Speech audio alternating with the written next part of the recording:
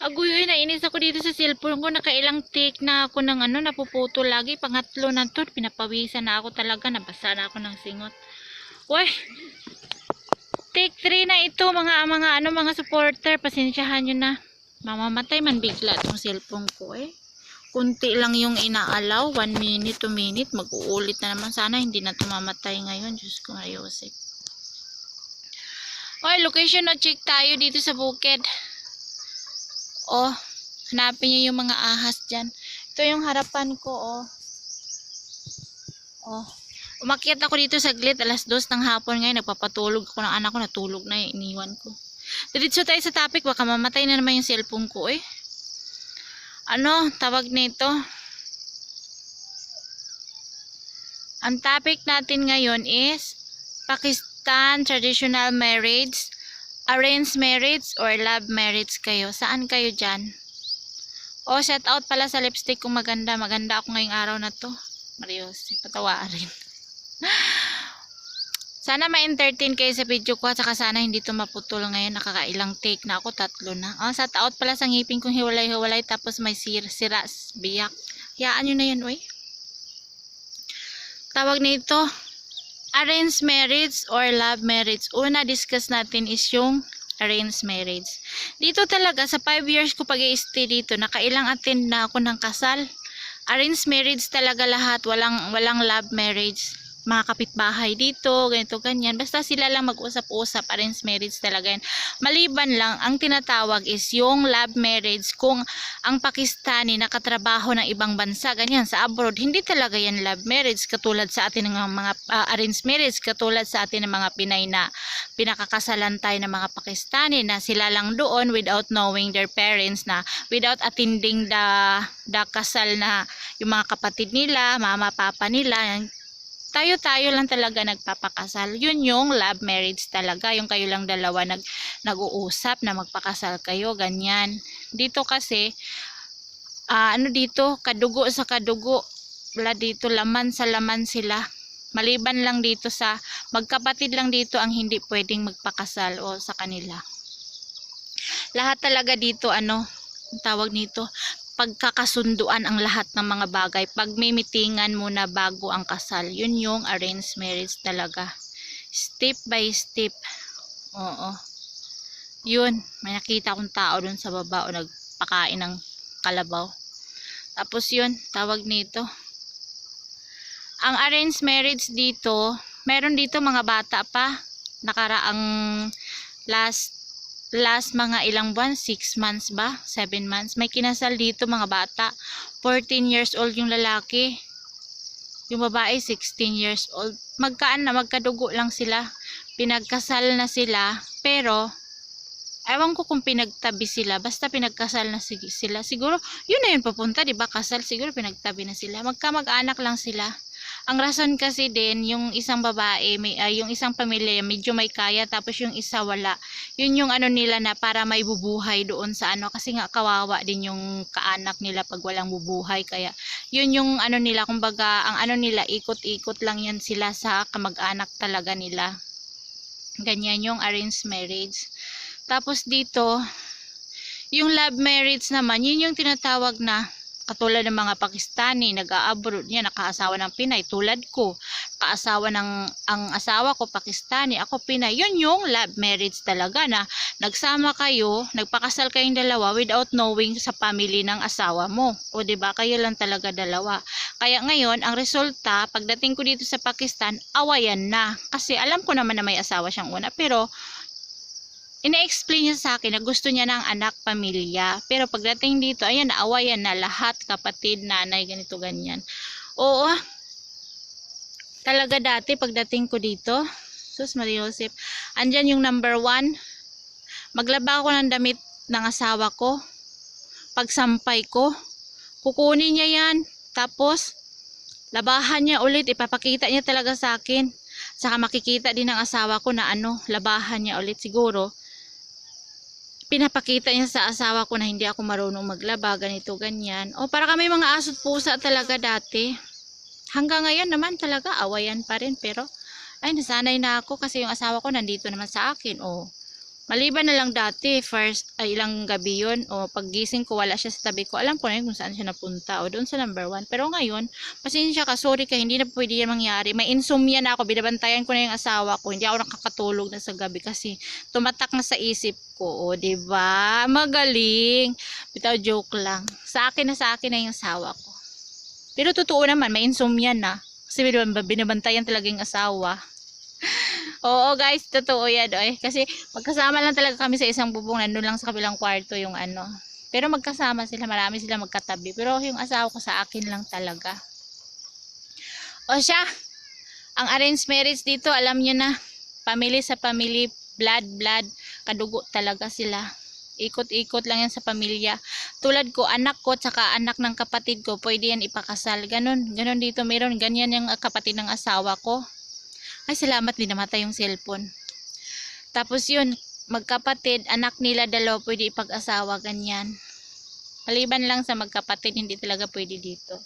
Tapos, tawag nito, ang love marriage, yun yung, meron din naman ng ibang lalaki dito, sinusuway nila yung mga, arranged marriage, kahit nakapag-abroad na yung mga lalaki dito, yung mga nanay nila, uuwi ka na dito, magpakasal na kayo, ganito, ganyan. Tapos, lalo na yung lalaki nakahanap na ng, partner sa ibang bansa, katulad natin, Pinay.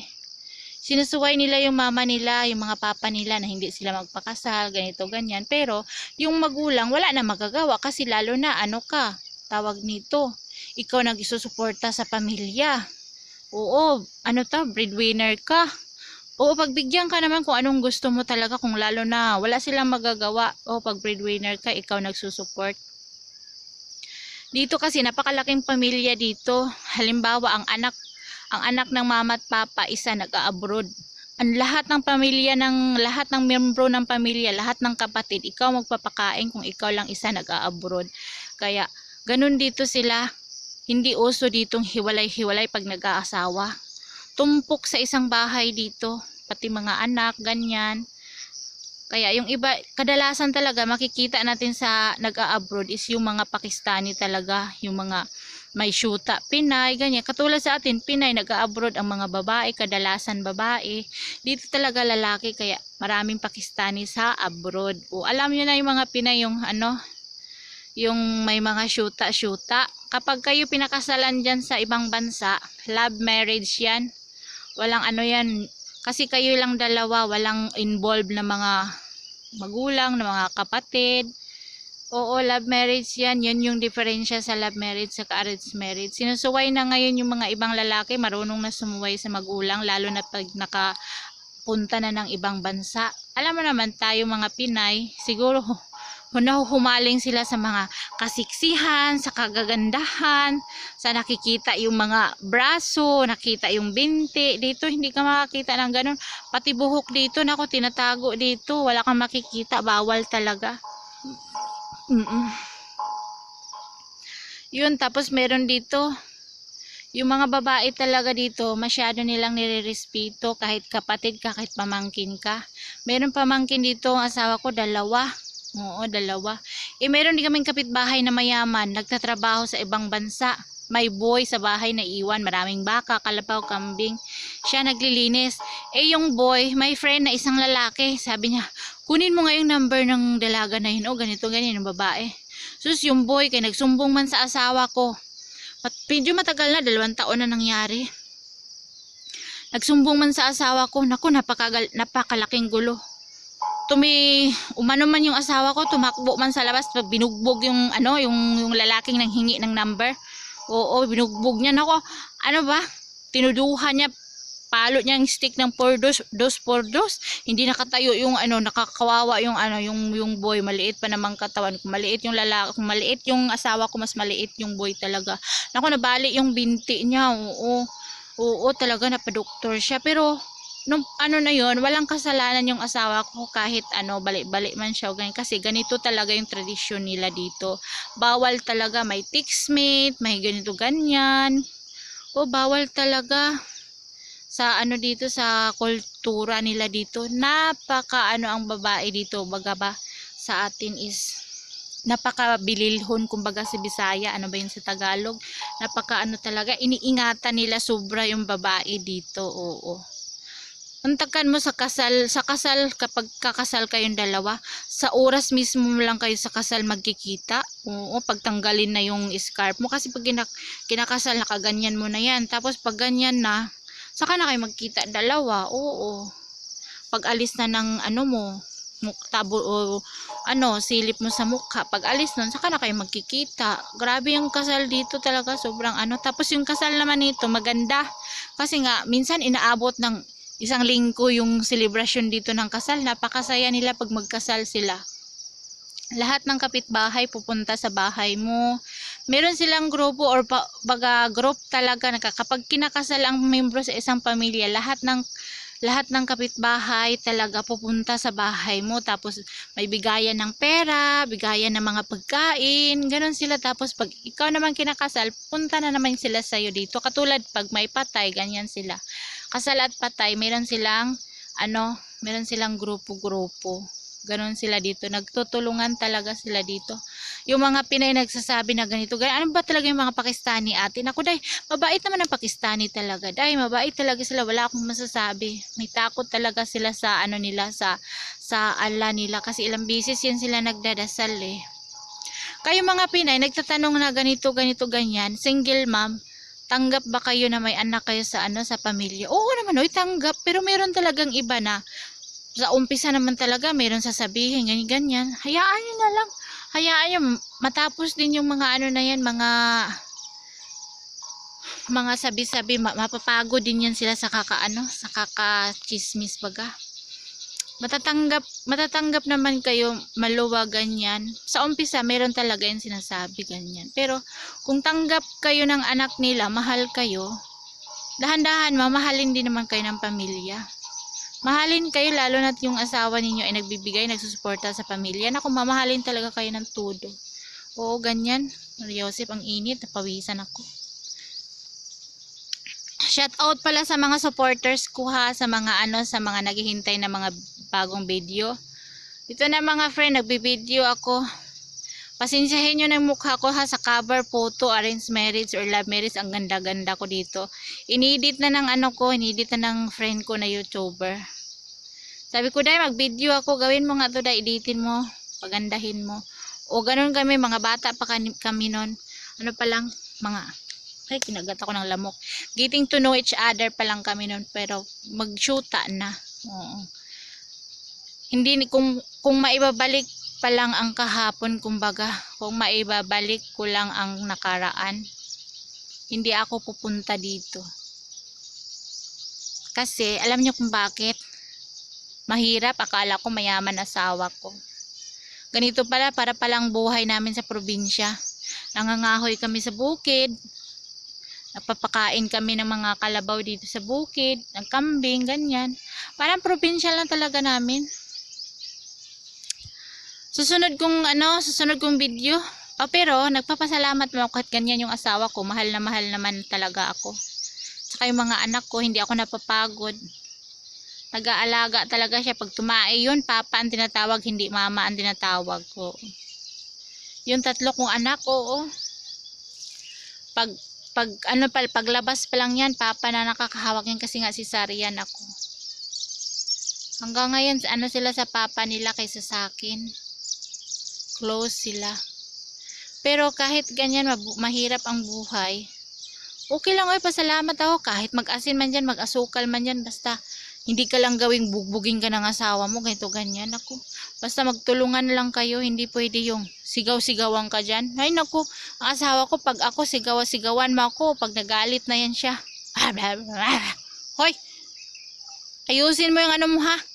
Mukha mo, ayusin mo mukha mo, ang pangit mo pa naman. Ayusin mo nga, lalo kang pumapangit. Ganunin ko yan siya, aasarin ko yan siya. Kala mo, gwapo-gwapo mo. Tumahimik ka. Okay, para kami mga baliw. Oo, pag nag-aaway kami, ganun kami dalawa. Pag mataas na yung boses niya, sisigawan ko na yan siya. Tapos tatahimik na yan siya, uupo. Oo, uupo na yan siya. Tapos tahimik lang talaga yan siya. Ako yung maingay sa amin.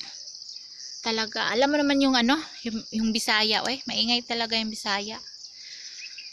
Tapos yun, susunod ko palang video, Buti hindi namatay yung cellphone, oh. Magbi 15 minutes na. Sa sunod kong video, aakyat ako doon sa taas. Sisigaw ako na, "Hoy, Diyos ko!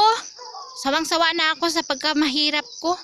Gawin mo naman akong mayaman kahit isang linggo lang. Ibabalik mo lang din ako. Hindi pwede na buong taon, buong habang buhay mayaman ako. Ibalik mo naman ako sa maging mahirap. Patikimin mo lang ako na maging mayaman. Isang linggo lang." Oo, kasi kawawa din naman yung asawa ko maiiwan. May sakit pa naman yun sa puso, baka mamatay bigla. Joke. Tapos sisigaw ako doon sa taas na, "Diyos ko!"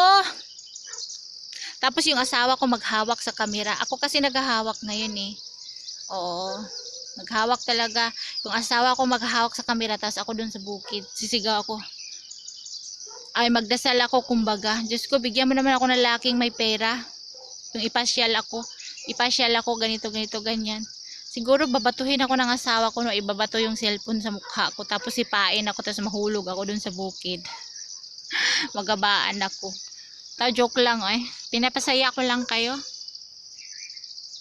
Paabutin natin yung video ko ng 20-30 minutes. Kahapon ang haba ng video ko, masaya ako. Salamat sa mga nanonood. Wala akong magawa. Ngayon, dito ako sa bukid talaga. Narinig ko yung mga tiaw-tiaw dito, mga ibon-ibon na. Yung mga ostrich, naririnig ko yung mga ostrich. Mayroon wala ditong ibon na uwak ba yun? Uwak, wak, wak. Wala dito, sa probinsya lang yun. Narinig ko yung mga aso. Hoy, tumingin mo na kayo sa paligid, oh. Bahala na kayo ganyan, oh. Doon. Greeny siya ngayon, tapos mainit talaga siya sobra. Alam niyo yung mga bahay, ganyan talaga bahay dito lahat. O, semento. Walang bahay dito na nagyayero ang bubong kasi nga pag humahangin yung mga lupa, yung mga buhangin lumilipad nga minsan yung mga bakal yung yero pa, kaya yung bahay nila talagang kahit yung bubong semento, ganon dito. Ay, init basa ako sa pawis. Bababa na ako ngayon sa baba. Kalimutan ko magdala ng tubig pag matapos yung video ko. Ayan, may dala ako, may baon ako, shade check. Kasi nga, alam nyo na yung lola, matanda. Meron akong, Johnson powder. Galing pa to sa Philippines. Magpa 5 years na rin to. Ewan ko, ano to? Expired na rin ata ito. Gamitin lang natin. Meron akong bagong lipstick. Salamat sa sponsor, Madam USA. Meron akong dalang salamin na bungi-bungi. Meron akong suklay na dala, pero hindi ako nagsusuklay kasi nagmamadali ako, tapos baba ako kasi yung anak ko baka magising. Pasensyahan nyo na ako ha, suportahan nyo lang ako, kasama kayo sa dasal ko talaga. Tingnan yung eye bags ko, 10 kilo na, kasi nga sa gabi nagre-reply ako sa mga comments. Naku, kagabi shout out pala, tumawag sa akin si Miss Kuwait, isa ding vlogger, i-add niyo sa YouTube si Madam Admin She Bicol. Yun, may YouTube din yan siya, Pakistani din yung asawa niya. Pupunta sila dito mga next week kasi dito sila magse-celebrate ng Eid. Mayaman pamilya nila. Hi Madam USA. It's Inday channel. Yan yung nag-i-edit sa video ko. Panoorin niyo ha. It's Inday channel. Makikita niyo yan sa sa comment section ko. It's Inday channel. Yan yung tumutulong sa akin na mag-i-edit ng mga video. Nagat ako ng lamok Yung tingnan yung mga video ko ngayon. Ang ganda-ganda ko sa mga picture, pero pag click nyo na yung video, mukha akong kalabaw, diba? Ang kalabaw sa bukid, ang elepante sa bukid. Yung asawa ko pa, mukha na daw akong elepante. Sabihin ko naman sa kanya, nga, mukha na akong elepante. Bakit dati? Hindi ba ako dumaan sa pagka-sexy? Bakit? Sexy naman ako dati Yung bago mo akong binakasalan, bago mo akong yung shoota mo pa lang, kaya mo ako nagustuhan kasi sexy ako, di ba? Wow. Ang kati ng ulo ko. Totoo bitaw, totoo yun. Tingnan niyo naman sa picture ko sa cover photo, o 'di ba? Tapos ang gwapo pa ni Richard ng asawa ko niyan. Dati ang tawag ko niyan Richard Gomez ng buhay ko. Ngayon kay tiguang na Richard Gordon ng buhay ko. Wow.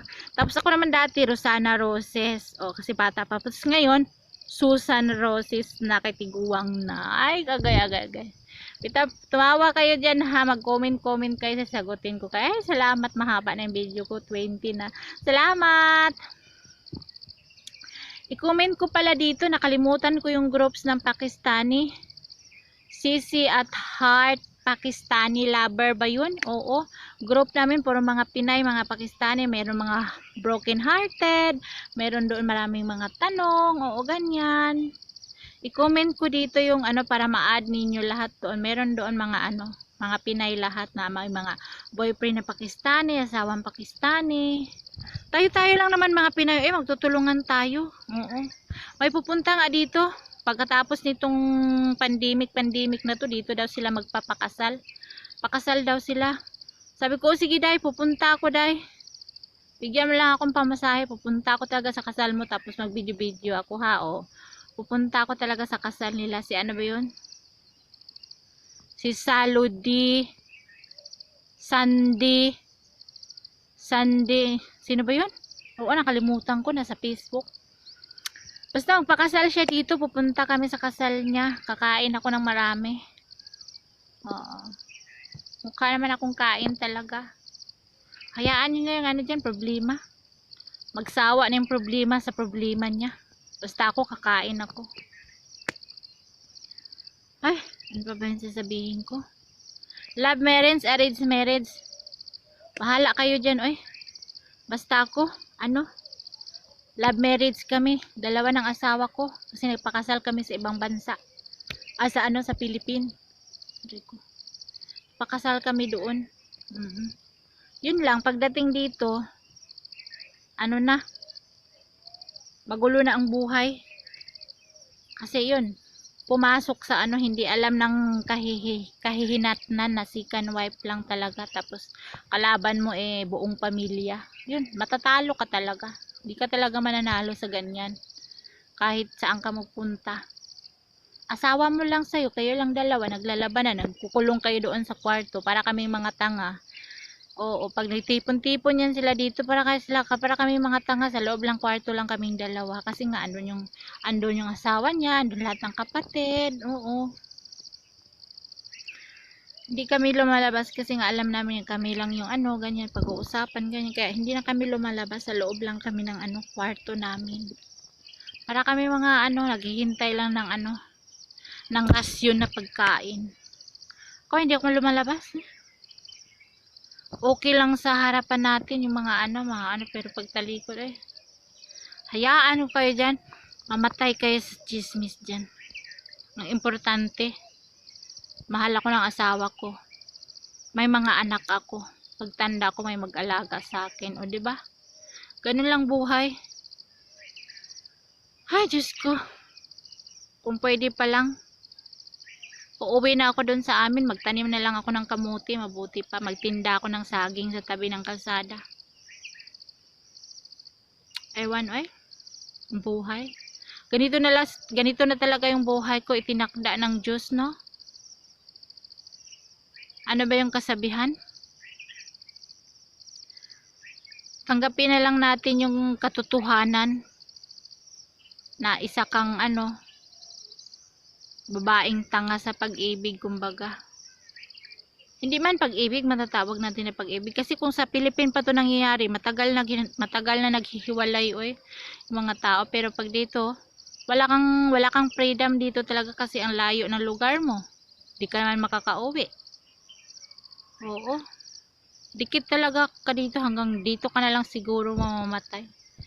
Ganito na lang siguro yung buhay ko. Ako lang siguro yung buhay na may ganito. Sabi pa ng iba nagko-comment, bakit hindi ka na lang umuwi sa Pilipinas, ate?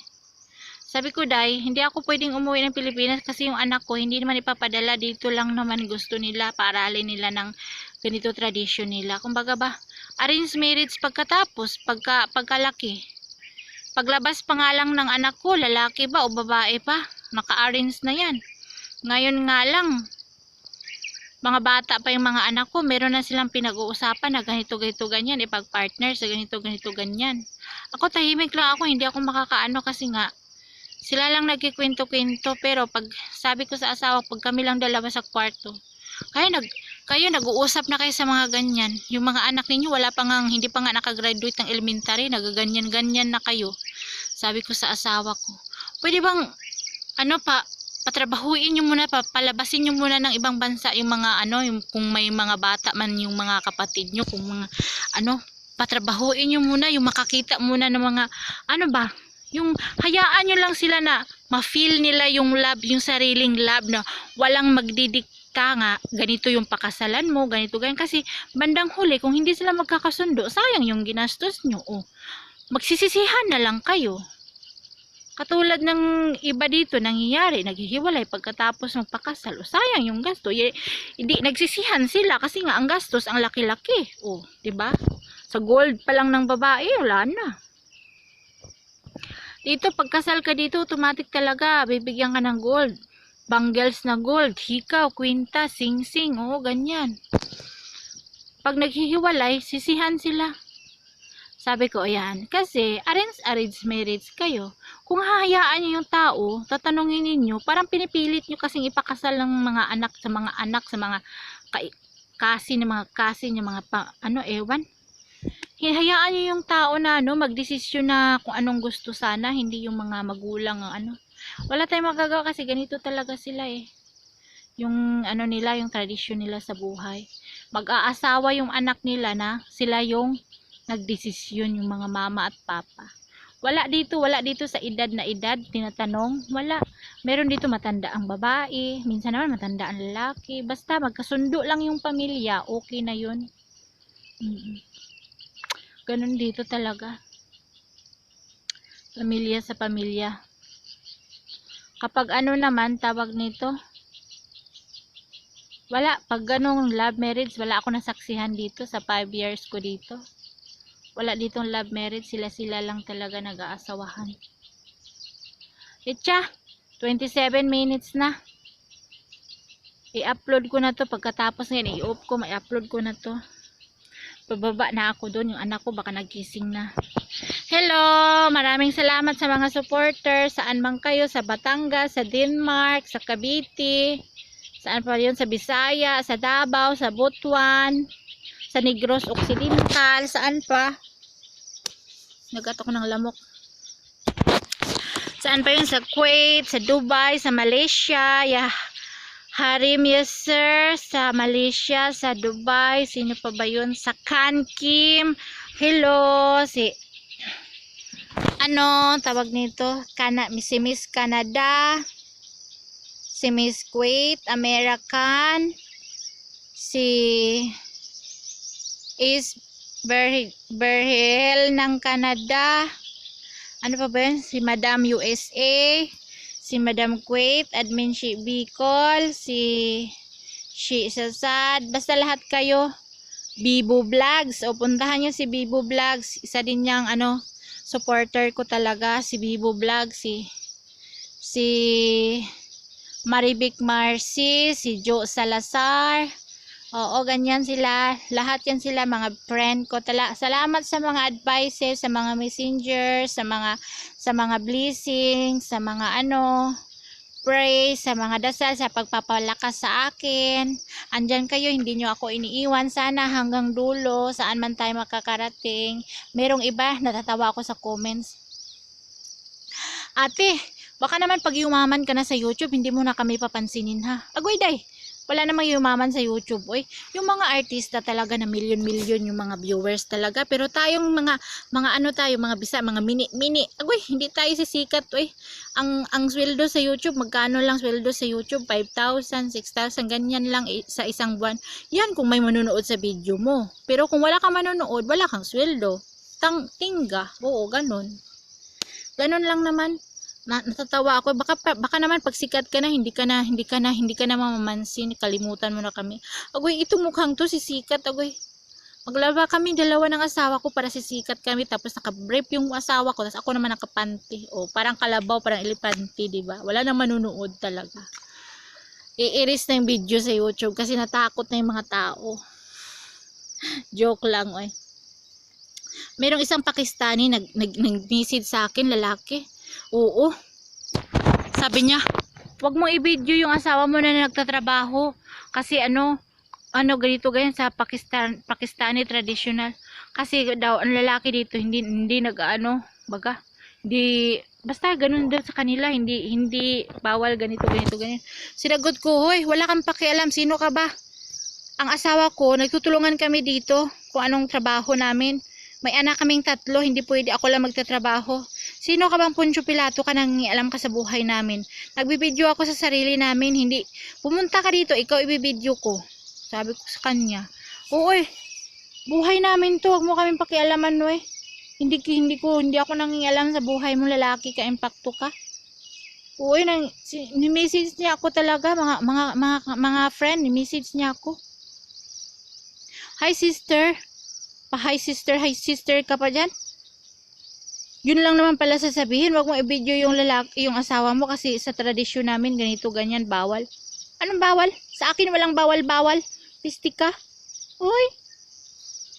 Lumalabas yung pagka ano ko sa'yo, pagka pusa ko sa'yo ha, bawal ka dyan, lalaki ka. Yung bawal yung sinasabi mo. Nagtutulungan lang kami dito, mag-asawa. Kami lang dalawa ang nagtutulungan. Wala. Yung ibang tao, hindi. Kami lang talaga dalawa. Kaya huwag mo akong pakialaman. Ikaw lalaki kang Pakistani ka. Uy. Hala ka, kung nainggit ka sa asawa ko, magtrabaho ka sa'yo. Kung nainggit ka sa buhay namin. Nagalit siya kasi nga daw, baga, bakit nagtatrabaho, ganito, ganyan. Binibidyuhan ko daw. Bawal daw sa culture nila. Sa Philippines, bakit walang bawal? Kung kaya ng lalaki, kaya ng babae. Kung kaya ng ano. Oo. Ako, sinagot ko siya talaga. Sabi ko, we are husband and wife. We help each other inside the house, outside the house, work. Sabi ko sa kanya, tinutulungan ko yung asawa ko. I help him and he help me. Ganun ako. Nabasa na yung pawis ko sa singot Grabe ba? Oo, bahala ka na dyan. Malay, ano mo ba? Pakay mo ba mag-ano kaming dalawa? Gusto mo mag-video pa nga kaming dalawa? Kung nagkuro kaming dalawa, videohan ko. I-post dito sa YouTube or i-send ko sa'yo sa messenger mo kasi kang lalaki ka. Joke joke. Oo nga, na-message siya. Ewan ko ba doon anong nakain doon sa taong yun? Hoy mga guys, tama na, mahaba na yung video ko 30 minutes na. Or pahabain pa natin to. Magdaldal pa ako. Ano pa ba yun? Ay dito sa bukid pala, dati umakyat kami dito doon sa pinakataas. May nakikita sa asawa ko na una, may nakikita yung asawa ko, isang lalaki. Ang bahay nandun sa baba, video baba. Ang lalaki dito sa taas. Nakita ng asawa ko, yung lalaki, dinatawag niya yung babae, sabi niya sinisinyasan niya, paakyatin niya dito yung babae sa taas, siguro magkikiki siguro silang dalawa. Magtago siguro sila sa nila, sa may relasyon siguro silang lihim. Nakita ng asawa ko talaga, parang manok na ganyan-ganyan yung mga anak ko maingay, papa, mama. Tapos yun, na yung lalaki, tumayo, natakot. Tapos yun, sabi niya, "Hoy uncle, nakita mo ba ako? Huwag mong sabihin na ganito, ganyan. Kasi pag sabihin doon sa pamilya ng lalaki, naku, patay siya." Oo, meron din dito mga tago-tago, kalihim-lihim na mga Hay! Hala! Uy, I'm going down muna. Uy, bye na. Bye na, baba na ako. Tinawag ako, nagising yung anak ko. Bye, salamat daw.